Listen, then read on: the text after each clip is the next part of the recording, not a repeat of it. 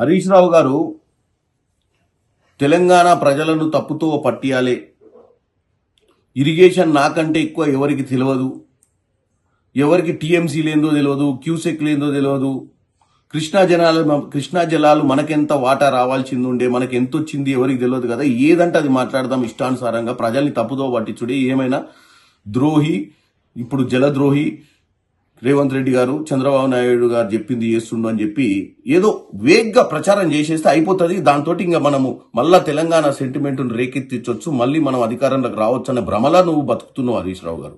నేను రెండే ముక్కలలో చెప్తా, మీకు ఏ రోజు కూడా కృష్ణా జలాల పైన కానీ దక్షిణ తెలంగాణ మీద కానీ ప్రేమ లేదు. కాంగ్రెస్ హయాంలో రాజశేఖర రెడ్డి గారు ఉన్నప్పుడు తీసుకున్నటువంటి ప్రాజెక్టులను దక్షిణ తెలంగాణ కృష్ణా జలాలను కంప్లీట్ చేయాలన్న ఆలోచన లేదు. తెలంగాణ వచ్చిన తర్వాత 812 టీఎంసీలు ఉన్నటువంటి కృష్ణా జలాల మీద కేవలం 299 టీఎంసీలే తెలంగాణ కేటాయిస్తే మరి ఎందుకు మీరు పోరాటం చేయలేదు? ఇంటర్నేషనల్ లాస్ ప్రకారము కృష్ణా పరివాహక ప్రాంతం మనలో 69% పారుకుంటూ 31%, 34% ఆంధ్రాలో ఉంటే ఆ పర్సంటేజ్ ప్రకారమే 812 టీఎంసీలల్లో మన వాటా రావాలి కదా. మరి ఆ 10 ఏళ్లలో గాడిద పనులు దొమిర్రా మీరు? పోనీ 299 టీఎంసీలే కేటాయిస్తే కృష్ణా జలాల మీద మీరు ఈ ప్రాజెక్టులను కంప్లీట్ చేయకుండా, ఎందుకంటే అవి కంప్లీట్ చేస్తే కమిషన్లు రావు, పాత కాంట్రాక్టర్లే ఉంటారని చెప్పి కొత్తగా తుమ్మిడట్టి దగ్గర కూడా గోదావరిలో కాదని కాళేశ్వరంలో గట్టి కొత్త ప్రాజెక్ట్ 1,00,000 కోట్ల పైచీలు ఖర్చు పెట్టింది కేవలం కమిషన్ల కోసమే కదా.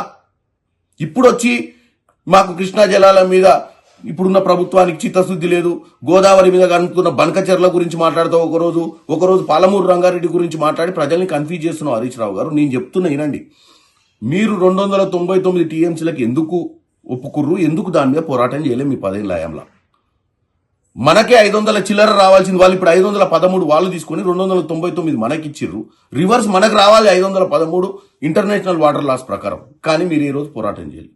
ఇప్పుడు వచ్చి పాలమూరు రంగారెడ్డి గురించి మాట్లాడతారు, లేదా బనకచెర్ల గురించి మాట్లాడతారు. బనకచెర్ల గురించి ఆల్రెడీ ఉత్తమ్ కుమార్ రెడ్డి గారు పదే చెప్తున్నారు.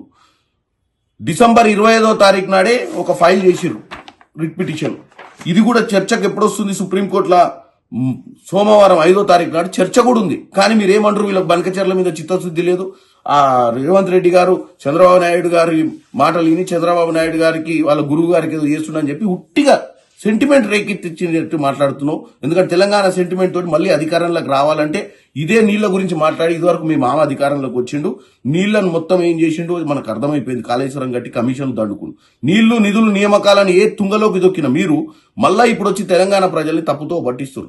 ఎవరు పోయి రాయలసీమకు పోయి రాయలసీమను రత్నాల సీమ చేస్తా అన్నది ఎవడు పోయిండు? బేసిజాలొద్దు, బేసిజాలొద్దు 3000 టీఎంసీలు గోదావరి నీళ్ళు పోయి సముద్రంలో కలుస్తుంది అన్నది మీ మామగారు కాదా?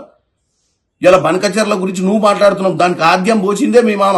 ఆ రోజు మిగులు జలాలు బాగున్నాయి, దాంట్లో వరద జలాలు ఎక్కువ ఉన్నాయి, 3000 టీఎంసీలు పోయి సముద్రంలో కలుస్తున్నాయి గోదావరి మీద, మీరు ఏమైనా చేసుకోండి అని చెప్పొచ్చిండు చేపల పులుసు తిని. కాబట్టి ఈ రోజు చెప్పేది ఏంటంటే మాకు చిత్తశుద్ధి ఉంది.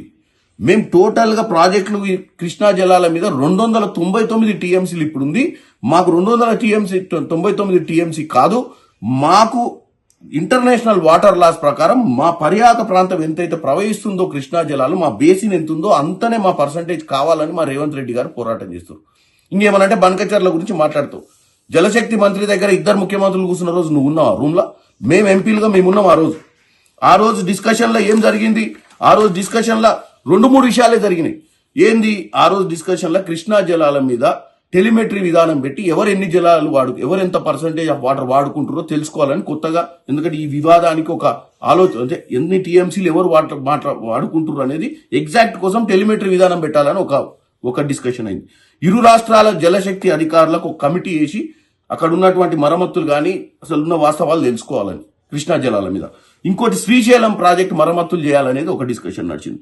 గోదావరి రివర్ మేనేజ్మెంట్ బోర్డు వచ్చి తెలంగాణలో, కృష్ణా రివర్ మేనేజ్మెంట్ బోర్డు వచ్చి ఆంధ్రప్రదేశ్లో ఉండే విధంగా కొన్ని నిర్ణయాలు తీసుకున్నారు ఆ రోజు. అంతే తప్ప ఆ రోజు బనకచెర్ల గురించి డిస్కషన్ జరగలేదు.